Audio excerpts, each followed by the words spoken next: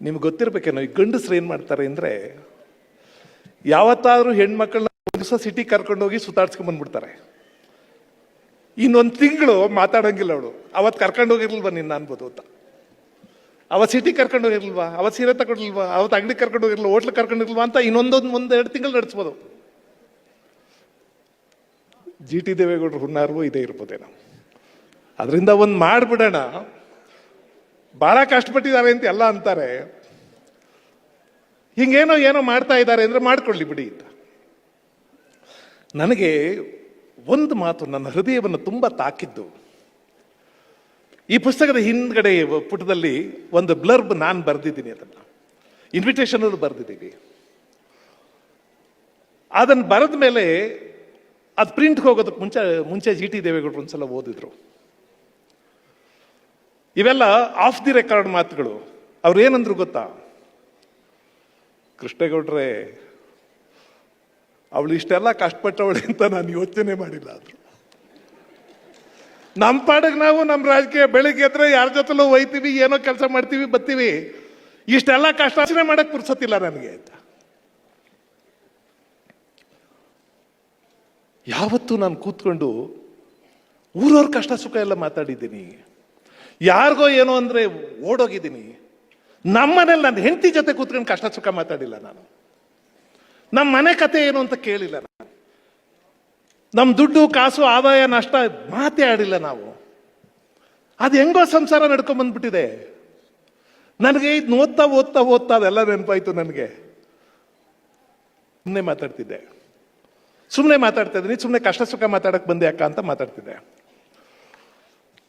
ನಾನು ಸುಮ್ಮನೆ ಕೇಳಿದೆ, ಅಕ್ಕ ಮಕ್ಕಳನ್ನ ಯಾರನ್ನಾರ ಸ್ಕೂಲಿಗೆ ಸೇರ್ಸಕ್ಕೆ ಗೌಡ್ರು ಬಂದಿದ್ರಾ ಅಂತ.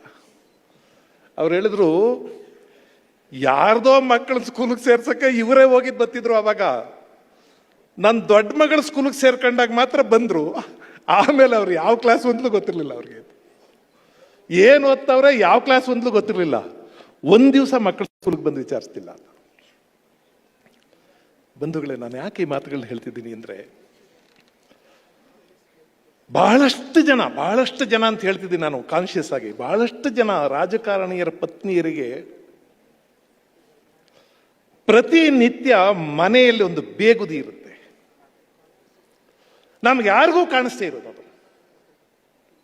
ಈ ಕಾರ್ಯಕ್ರಮದ ಜೊತೆಗೆ ನೀವಿರಿ ಅಂತ ನಾನು ಕೇಳಿದಾಗ ನಾನು ಒಪ್ಕೊಂಡಿದ್ದು ಒಂದೇ ಕಾರಣಕ್ಕೆ, ಈ ಬೇಗುದಿಯನ್ನ ಕುರಿತು ಮಾತಾಡಬೇಕು.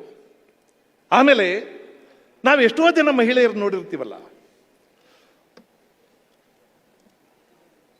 ಲಲಿತಕ್ಕ ನಮ್ಮೆಲ್ಲರ ಮನಸ್ಸಿನಲ್ಲಿ ಉಳಿಯೋದು ಅದೊಂದು ಪ್ರಶಾಂತವಾದ ಮುಖಮಂಡಲದಿಂದ, ತಾಳ್ಮೆಯ ಮಾತಿಂದ. ಯಾರಿಗಾದ್ರೂ ನಾನಿಲ್ಲಿ ಆ ಸಾಲುಗಳನ್ನ ಬರೆದಿದ್ದೀನಿ. ಈ ಯಾರು ಅಕ್ಕ ಅಣ್ಣ ಅಂತ ಕರೀತಾರಲ್ಲ ನಮ್ಮ ಭಾಷೆಯಲ್ಲಿ, ಅಕ್ಕ ಅಣ್ಣ ಅಂದ್ರೆ ನಮ್ಗಿಂತ ಹಿರಿಯೋರು ಅಂತೇನಲ್ಲ. ನಮ್ಗೆ ಅಕ್ಕ ಅಂತ ಅನಿಸ್ಬೇಕು ಅಂದ್ರೆ ಅಂತೀವಿ ಅಷ್ಟೇ. ನಮ್ಮ ಪ್ರೇಮಶಂಕರೇಗೌಡರು ಕೂತವ್ರು ನಮ್ಮ ಏರಿಯಾದಲ್ಲೆಲ್ಲ ಪ್ರೇಮಕ್ಕ ಅಂತಾರೆ. ಅವ್ರನ್ನ ಅಕ್ಕ ಅನ್ಬೇಕು ಅಂತ ಅಂತಾರೆ ಅಷ್ಟೇ ಜನ. ಅದೇನು ನಮ್ಗಿಂತ ದೊಡ್ಡವರಾಗಿರ್ಬೇಕು ಅಂತೇನಿಲ್ಲ. ಅಕ್ಕ ಅನ್ನುವುದು ಒಂದು ಯೋಗ್ಯತೆ, ಒಂದು ಅರ್ಹತೆ. ಅದು ದುಡ್ಡು ಕೊಟ್ರೆ ಅಕ್ಕ ಆಗಲ್ಲ, ಬೇರೇನೋ ಸಹಾಯ ಮಾಡಿದ್ರೆ ಅಕ್ಕ ಆಗಲ್ಲ. ಆದರೆ ಅವ್ರ ಹತ್ರ ಹೋಗಿ ಕೂತು ಮಾತಾಡಿದಾಗ ಮನಸ್ಸಿಗೊಂದು ಸಮಾಧಾನ ಆದರೆ, ನಿಮ್ಮ ಜೊತೆ ಒಂದು ಆಪ್ತತೆಯಿಂದ ಮಾತಾಡಿದ್ರೆ, ಒಂದು ಪ್ರೀತಿಯಿಂದ ಮಾತಾಡಿದ್ರೆ, ಆವಾಗ ಇವ್ರನ್ನ ಅಕ್ಕ ಅನ್ಬೇಕು ಅಂತ ಅನಿಸ್ಬಿಡುತ್ತೆ. ವಯಸ್ಸಿನಲ್ಲಿ ನನಗಿಂತ ಚಿಕ್ಕವ್ರವರು. ನಾನು ಬಹಳ ಕಾಲದಿಂದ ಅವ್ರನ್ನ ಅಕ್ಕ ಅಂತಾನೆ ಮಾತಾಡ್ತೀನಿ. ಸಿಕ್ಕಿದಾಗ ಅಕ್ಕ ಅನ್ನೋದು ಒಂದು ಯೋಗ್ಯತೆ ಅಷ್ಟೇ, ಒಂದು ಅರ್ಹತೆ. ನಾನು ಹೇಳಿದೆ, ಈ GT ದೇವೇಗೌಡರಂಥವ್ರ ಮನೆಯಲ್ಲಿ ಹೆಣ್ಮಕ್ಳು ನಿಭಾಯಿಸೋದು ಬಹಳ ಕಷ್ಟ. ಇವ್ರ ರಾಜಕಾರಣ ಸ್ಟೈಲ್ ತುಂಬಾ ಜನಕ್ಕೆ, ಇಲ್ಲಿರೋರು ಬಹಳ ಜನಕ್ಕೆ ಗೊತ್ತದ. ಕುಮಾರ್ ಇದ್ದಾರೆ, ಇವರೆಲ್ಲ ನೋಡಿದಿರಿ. ಅವ್ರ ಸ್ಟೈಲೇ ಚಂದ. ಆಮೇಲೆ ನಮ್ಮ ರಾಜಕಾರಣಿಗಳು ಒಂದು 1000 ಜನ ಇದ್ರೆ 1000 ಜನಕ್ಕೂ 1000 ಸ್ಟೈಲ್ ಇರ್ತವೆ. ಎಲ್ಲ ಬೇರೆ ಬೇರೆ ತರನೇ ಇರ್ತಾರೆ. ಯಾವ ರಾಜಕಾರಣಿನೂ ಒಬ್ಬ ಇನ್ನೊಬ್ಬನ ಕಾಪಿ ಅಲ್ಲ, ಬೇರೆ ತರನೇ ಇರ್ತಾರೆ. ಕೆಲವು ರಾಜಕಾರಣಿಗಳು ಜನಗಳ ಹತ್ರ ಅಣ್ಣ, ಅಕ್ಕ, ಚಿಕ್ಕಪ್ಪ, ದೊಡ್ಡಪ್ಪ ಅಂತ ಮಾತಾಡ್ತಾರೆ. ಅವ್ರು ಬೇರೆ ತರ. GT ದೇವೇಗೌಡರು ಬೇರೆ ಮಾಡ್ಲು, ಹೋಗಿ ನಮ್ಮ ಮಗನೇ ನೀನು ಅಂತ ಮಾತಾಡ್ತಾರೆ ಬತ್ತಿದ್ದಂಗೆ. ಹಿಂಗೆ ಮಾತಾಡಿದ್ರೆ ಅವನು ಇವ್ರ ಹತ್ರಕ್ಕೆ ಬರ್ತಿರ್ತಾನೆ. ನಾನು ಸ್ಟೇಜ್ ಮೇಲೆ ಹೇಳ್ಬೋದು ಅಂತ ಬರೀ ಅಷ್ಟು ಹೇಳಿದ್ದೀನಿ, ಇನ್ನೂ ಏನೇನೋ ಅಂತಾರೆ. ಆದರೂ ಅವ್ರ ಹತ್ರಕ್ಕೆ ಬರ್ತಾರೆ. ಒಂದು ಪ್ರಸಂಗ ಹೇಳ್ತೀನಿ, ತಮಾಷೆಯಾಗಿದೆ. ಅವನ್ಯಾರೊಬ್ಬ ಬಂದ ಬೆಳಗ್ಗೆ, ನಾನು ಇದ್ದೆ ಅವತ್ತೇನ ಮನೆಯಲ್ಲಿ ಇದ್ದೆ. ಅವನ್ಯಾರೋ ಬಂದ, ಅಣ್ಣ ನಮ್ಮ ಹುಡುಗ ಊರಲ್ಲಿ ಗಲಾಟೆ ಮಾಡ್ಕೊಬಿಟ್ಟವನೆ, ಪೊಲೀಸ್ನವ್ರು ಹಿಡ್ಕೊಬಿಟ್ಟವ್ರೆ, ಬಿಳ್ಕೇರಲ್ಲಿ ಒಂದು ಮಾತು ಹೇಳ್ಬೇಕು ಕಾಣ. ಇವರು ಜಗಳಕ್ಕೆ ಬಿದ್ದುಬಿಟ್ರು ಅಂದಮೇಲೆ, ನನ್ನ ಮಕ್ಕಳ ನಿಮ್ಮ ಕಥೆನೇ ಆಯಿತು, ಊರಲ್ಲೆಲ್ಲ ಪುಣ್ಯ ನನ್ನ ಮಕ್ಕಳು ನೀವು ಗಲಾಟೆ ಮಾಡ್ಕೊಂಡಿದ್ರೆ ನೀವು ಇನ್ಮೇಲೆ ಬಿಡಿಸೋದೇ ಇಲ್ಲ, ಒದಿ ಅಂತೀನಿ ಪೊಲೀಸ್ನವ್ರಿಗೆ ಅಂದರು. ಅಣ್ಣ ನಿಂದ ಅಮ್ಮ ಅಂತೀನಿ ಕಾಣ, ಕುದುಗ ನಿಮ್ದ ಅತಿ ಆಗೋಯ್ತು ನಿಮ್ಮ ಅಣ್ಣ ತಮ್ದಿರ್ದು ಅಂದ್ರೆ ಫೋನ್ ಇಟ್ಕೊಂಡವ್ರೆ. ಅವಾಗೆಲ್ಲ ಮೊಬೈಲ್ ಫೋನ್ ಇರಲ್ಲ, ಫೋನ್ ಇಟ್ಕೊಂಡವ್ರೆ. ಇನ್ನೊಂದು ದಿವಸ ಏನಾರ ಬಂದರೆ ನಾನೇ ಒದಿಸ್ತೀನಿ ನನ್ನ ಮಗನೇ ಅಂತಾರೆ. ಆಮೇಲೆ ಇನ್ಸ್ಪೆಕ್ಟ್ರ, ನಮ್ಮ ಹುಡುಗ ಒಳ್ಳೆ ಹುಡುಗ ಪಾಪ, ಅವನು ಏನೋ ಗಲಾಟೆ ಮಾಡ್ಕೊಬಿಟ್ಟವನೆ, ಒಂಚೂರು ಬೈದ್ಬಿಟ್ಟು ಕಳಿಸ್ಬಿಡಿ ಇವತ್ತು ಬೇಡ, ಮುಂದಿನ ಸಲ ಏನಾದ್ರು ತಪ್ಪು ಮಾಡಿದ್ರೆ ಇರ್ಲಿ, ನನ್ನ ಮಗನೇ ನೀನು ಏನಾರ ಇನ್ನೊತ್ತಿಗೆ ಬಂದರೆ ಒದಿಸ್ತೀನಿ ನಾನೇ ಅಂತಿಲ್ಲಿ ಬೈತಾರೆ.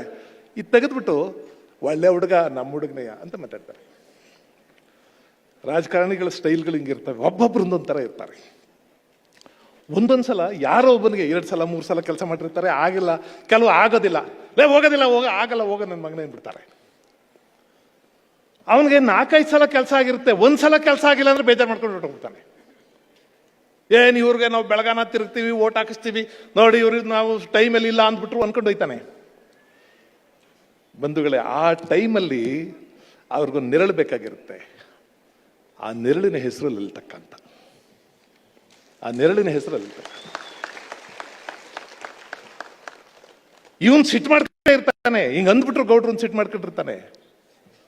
ಅವಾಗ ನೀವ್ಯಾಕೆ ಈಗ ಹೋಗಿ ಅವ್ರನ್ನ ಮಾತಾಡ್ಸಿದ್ರಿ, ಸುಮ್ಮನಿರಿ, ಮಾಡ್ತಾರೆ, ಮಾಡ್ದೆ ಏನು ಮಾಡ್ತಾರೆ, ನಾ ಆಮೇಲೆ ಮಾತಾಡ್ತೀನಿ ಸುಮ್ಮನಿರಿ. ಇವ್ರು ಮಾತಾಡೋದು ಅಷ್ಟರಾಗೆ ಐತೆ, ಕೂತ್ಕೊಳ್ಳಿ ಚೂರು ಕಾಫಿ ಕುಡೀರಿ, ದೋಸೆ ತಿನ್ನಿ ಅಂತ ಅಂದು ಅವ್ರನ್ನ ಸಮಾಧಾನ ಮಾಡಿ ಕಳಿಸ್ತಾರೆ. ಬಹಳಷ್ಟು ಜನ ರಾಜಕಾರಣಿಗಳ ಪತ್ನಿಯರಿಗೆ ಈ ಸಮಸ್ಯೆಗಳಿರ್ತವೆ. ಆಮೇಲೆ ರಾಜಕಾರಣಿಗಳಿಗೆ ಯಾರ ಮೇಲೋ ಸಿಟ್ಟು, ಯಾರ ಮೇಲೋ ದ್ವೇಷ, ಯಾರ ಮೇಲೋ ಪ್ರೀತಿ, ಏನೇನೋ ಇರ್ತಾವಪ್ಪ.